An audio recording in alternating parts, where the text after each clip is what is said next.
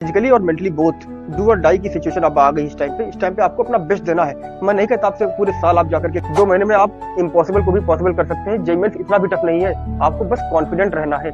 पूरे कॉन्फिडेंस के साथ में ये मान के चलना है कि मैं इसको फोड़ूंगा ही, एट एनी कॉस्ट मैं फोड़ूंगा ही, मेरे पास कोई ऑप्शन ही नहीं है। 12 से 14 घंटे आपको पढ़ना है, किसी भी कॉस्ट में इस मौके को जाने नहीं देना है। अगर आप class dear students, welcome to Prayogshala. क्या आपका जेईई मेंस का फर्स्ट अटेम्प्ट खराब हो गया है और क्या आप अभी क्लास 12th में है और इस बात को लेकर के बहुत टेंशन में है कि सर हमारा जनवरी अटेम्प्ट तो खराब हो गया है और हम इस बात को लेकर के बिल्कुल कॉन्फिडेंट नहीं है कि हमारा अप्रैल अटेम्प्ट कैसा होगा? तो ये वीडियो आपके लिए है, प्लीज इसको सेव कर लीजिए। जो बातें मैं आपको बता रहा हूँ प्लीज ध्यान से सुनिए।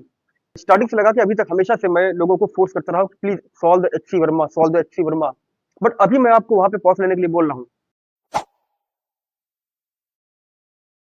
और आपसे कहूंगा आपको पुरानी बुक दैट इज एनसीईआरटी आपको उठाना पड़ेगा। आप एनसीईआरटी को इग्नोर नहीं कर सकते। आप ध्यान से सुनिए, बात को नोट कर लीजिए, पेन उठाइए और नोट करिए। आपको क्या करना है? सबसे पहले आपको उठाने पीवाईक्यूज 2020 से अभी तक के, बहुत ज्यादा आपको बर्डन नहीं लेना है। सिर्फ 2020 से 2025 के बीच के सारे पीवाईक्यूज आपको उठाने हैं। उसके बाद में आपको पीवाईक्यूज को सिर्फ एक बार रीड करना है। जस्ट एक लाइन में आप उसको रीड करिए एक बार में। आप कंक्लूड मत करिए कि आप सॉल्व कर पा रहे हैं कि नहीं कर पा रहे हैं, बस ये देखिए किस चैप्टर से क्या क्वेश्चन है। इसको 4-5 बार रीड करने के बाद में आपके दिमाग में एक माइंडसेट बन जाएगा कि एक्चुअली क्वेश्चन पूछ कहां से रहा है। नंबर 2, आपको क्या करना है? Open the NCERT. एनसीईआरटी आपके दोनों 11th-12th की दोनों सारी बुक्स उठानी है और उसमें क्या करना है? सबसे पहले आपको टेक अ हाइलाइटर और पेंसिल और बस इसको आपको बस सरसरी नजर से पढ़ना है। चीजों को डीप में नहीं जाना है। आप सिलेबस को पहले पढ़ चुके हैं, आप 12th के एंड में है, सब कुछ ऑब्वियसली पढ़ चुके होंगे। देखेंगे कि कैसे जेईई मेंस में डायरेक्ट एनसीईआरटी से क्वेश्चन हिट करते हैं। एक नहीं, दो नहीं, 10 नहीं, 15 नहीं, 20 क्वेश्चन।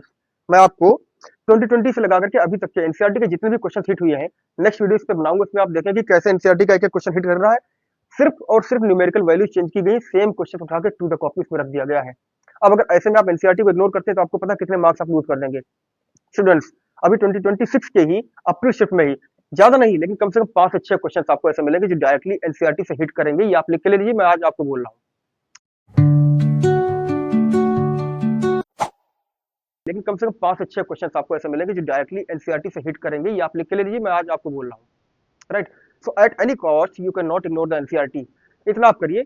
नेक्स्ट वीडियो में आपको लेकर आता रहूंगा और बहुत सारी ट्रिक्स लेकर के आता रहूंगा जो आपको बिल्कुल हेल्प करेंगी और जेईई मेंस में आप अच्छा स्कोर करेंगे। अभी हिम्मत मत हारिए, आपके पास 2 महीने हैं। 2 महीने में आप इम्पॉसिबल को भी पॉसिबल कर सकते हैं। जेईई मेंस इतना भी टफ नहीं है, आपको बस कॉन्फिडेंट रहना है। पूरे कॉन्फिडेंस के साथ में ये मान के चलना है कि मैं इसको फोड़ूंगा ही, एट एनी कॉस्ट मैं फोड़ूंगा ही, मेरे पास कोई ऑप्शन ही नहीं है। Only then you can tackle it. So do or die, physically और मेंटली बोथ डू और डाई की सिचुएशन अब आ गई। इस टाइम पे आपको अपना बेस्ट देना है। मैं नहीं कहता आपसे पूरे साल आप जाकर के एकदम मर जाइए, बहुत कड़ी मेहनत करिए, एकदम से लग जाइए, लेकिन ये 2 महीने आपको फुली डेडिकेट कर देना है। स्टूडेंट्स, 12 से 14 घंटे आपको पढ़ना है, किसी भी कॉस्ट में इस मौके को जाने नहीं देना है। अगर आप क्लास 12th में ही अगर आप सिलेक्शन चाहते हैं। All right, all the best, see you next video, bye bye, take care.